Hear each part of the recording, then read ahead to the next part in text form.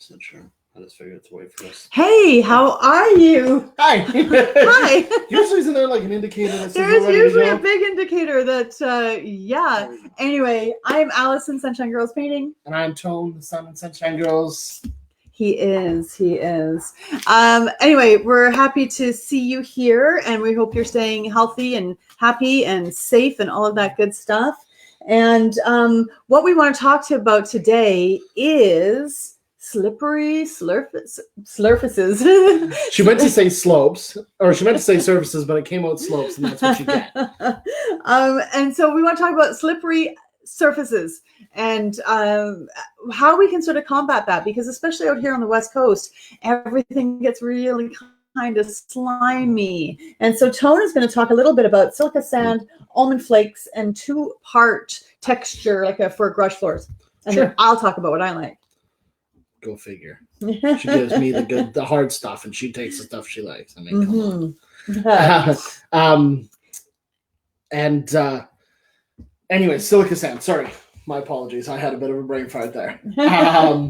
Silica sand and almond flakes. So silica sand is a sand that you can add to your paint, so that floors, whether it be garage floors, porches, decks, all of that kind of stuff, you can add it to the paint while you're rolling it on. Same with the almond shell crusts is what it is, not flakes. Sorry, that's my apologies. Our notes are written down differently. But what it is it's something that you can add to your paint while you're painting, or it's something you can sprinkle on over top. Now, what this does is it gives you a texture so that when you're walking, your feet will grab onto it so that you're not going to hit a flat surface, whether it's wet, icy, or slimy, and slip off of it. This gives your shoes that little bit of traction that it'll need so that you don't go ass over tea kettle. That. I was trying to find a better way to say it. And he wonders why I call him an old man. You should hear some of his expressions. Hey, that's not what we're talking about. We're talking about slippery things, okay? You go down that road, it's going to be a slippery slope. Slippery slopes. That's right. All right. So then that's great especially for outside type stuff, and you can put it in garage floors and that. Yeah. So, but what about the two parts? So there is a particular product that I know from Sherwin-Williams that has a two-part epoxy that is designed to go over concrete floors. Now, this is only good on concrete. You can't use it on wood surfaces or decks like this. It has to be on concrete. Now, what it does is it provides an anti-slip finish. So basically, it's kind of like walking on a gym floor where your feet are going to catch that the surface, and it's going to grab onto it as if sort of like a rubbery kind of thing? Kind of, yeah. But without giving that grain or that grainy feeling when you touch it, so it doesn't feel like sandpaper, so you can walk on it in bare feet or whatever and not tear your feet up, because that doesn't feel very good. Not so much. No. Not so much. So it is. You also don't want to slide across these floors because you get like serious face burn if you're doing a face plant on it, or knees or feet or whatever. Yeah. No risky You'll business. get stuck. No risky business. No sliding in the socks. Yeah, that wouldn't work very good. No. But so if you want to slide in socks in a garage, this is not the product for you. I would not recommend it. Nor would the other two. Yeah. Because you'd rip your socks. Yeah. Right. Okay. This is the kind of day it's going to be. So it is a product that can be used. It is meant to be anti-slip, and it does leave a nice, it can either be a shiny finish or a matte finish, but it does really leave a nice surface. I've used it in a couple of gyms and stuff like that, and it works really, really well. Yeah, so very cool. Mm-hmm. Now, for me, I personally don't like adding to a paint to create anti-slip, because I think, now with the exception of maybe that product we were just talking about, when you put down like a silica sand or the almond, what are they, shells? The almond shells. Yeah, because we didn't use those back in my day. A long time ago. Shush. I see it sort of like a nail file, right? And so that the areas that you keep going over will end up breaking down, and then you think you've got traction, but it's already worn smooth and you don't really have traction anymore. And that's when accidents can happen, because you're thinking this is safe and you want to go out and, slide across ice or whatever, and it's actually not all that safe, because it's now worn down. So what I like, especially on stairs, even on deckings, because you can put them on your wood deck as well, is like those skateboard strips. And I'm sure there's all sorts of products out there, but you know, those long little strips that you can put on skateboards. Not that I skateboard, because God knows we don't want to see that. So your feet don't slide on the board. I know there's other kinds. I've seen ones that are plastic and you can screw them in and put them on top. I'm not sure how I feel about those, because it raises it enough that if your heel gets caught on it, or you don't expect the step to be that much taller, or it's a flat surface, it could be a tripping hazard. So for me, I like just that thin strip. I think it's called traction tape. Traction tape, yeah. There you go. Skateboard strips, traction, whatever. Those things. Call them what you want. But the nice thing too is that you can take them off, and you can scrape them off.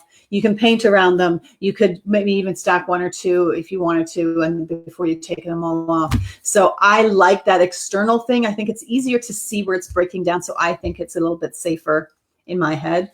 The other thing that you can do too is, oh, and the other thing I like about that as well is you can put it only in the areas that you need it. So only the walkways. So when you're going from your back deck door to the stairs, you could just do a trail of these strips, so that you don't have to put them everywhere on your deck. So then you don't get that buildup of texture on the edges of your deck where the silica sand wouldn't be breaking down, but you'd keep adding to it. So that's just something to think about. Find the system that works best for you. But the other thing is preventative as well. And so whenever we can prevent a problem from happening, that is a good thing. So not only are these ideas about putting things in the paint, on top of the paint, external items like these strips, you can also make sure you're staying on top of the buildup of this green, slippery, mildew, mossy kind of thing. So what we use and what we have found is the best, and I'm sure there's other products out there, is we use bleach water and TSP. Yeah. So do you want to speak to that? Yeah. So what the bleach water TSP will do is, it being on the West Coast here, now I'm sure it happens other places, but here for sure it happens really bad with the salt and the moisture in the air constantly. It creates a algae type looking substance, which is an organic. Sometimes it can be surface mold, sometimes it can be algae, whatever. It's a buildup, even moss. It's a buildup of a surface that is going to provide a slipping hazard. So what bleach and TSP does is it does kill the organics, which would be your mold and all of that other stuff. And then the bleach will help clean the surfaces to kind of kill anything else that might be living elsewhere. And the TSP that we use is eco-friendly. We do not buy anything that is going to harm our environment. Although there is the bleach, so... There is the bleach. So highly concentrated, or not highly concentrated, highly saturated. Well, we recommend Diluted. between 30 to 50% bleach to water. And if you have plants, grass, whatever in the area, just make sure you get a lot of water on those so that you don't get the bleach burn that could possibly happen. But it's always sort of like that weighing out of physical safety next to, can we dilute the bleach enough? There are other eco-friendly, completely eco-friendly products. We just have found that they haven't been as effective.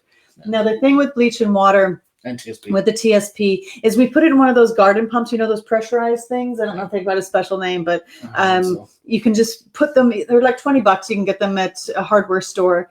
And you put the product in, 30 to 50% bleach to water. Use liquid TSP, because the powdered stuff, one, it's caustic. You're going to be breathing in that powder, and it doesn't always dissolve. And so unless you're using warm water, but if the water cools, and it can clog. Yeah, it'll crystallize in the tube. Yeah, so you don't want that. You want to be able to pump. So you want to pressurize it, spray it all down on a dry surface. Yeah. So it needs to be dry, otherwise you're diluting it further, and so then you're just no longer going to be effective. So you want to make sure it's dry, and that it's going to be dry for the next at least 20 minutes. So I don't care if you leave it on there for 20 hours, 20 days, 20 months. I don't care, but 20 minutes is key. It's going to take that long to actually kill the organics. Yeah. And then you can power wash it off, you can hose it off, you can brush it off. I've done it on decks at my house, and I just in the summer leave the bleach water TSP on there, and then the sun comes out, works with the bleach. No work for me, which I kind of like. But the other thing too is when you are doing power washing, if you do this bleach and TSP process, you have to power wash less frequently, which will be better for your concrete or your asphalt or whatever it is that you're power washing the wood.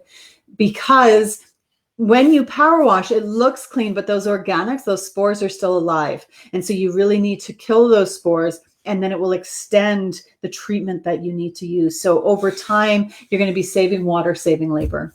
Absolutely. Yeah. So that's it. Slip sliding away. Absolutely. If you have any questions at all, feel free to reach out. We love answering questions, and we're always happy to do a Facebook Live about a topic that you might be interested in hearing about. And we try to think about everything you guys might want to hear, but we don't always catch it all. So if there's something you want to know about specifically, we'll do our very best to answer it. Yes, and if not, we will make sure we get the answers so that we can, because we have a phenomenal paint rep at Sherwin-Williams who always has our back and will find out the information that we need. They're really great there. So we highly recommend them. Yeah. So there we have it. I am Allison. I'm Tone. Open up your house And let the sun shine in.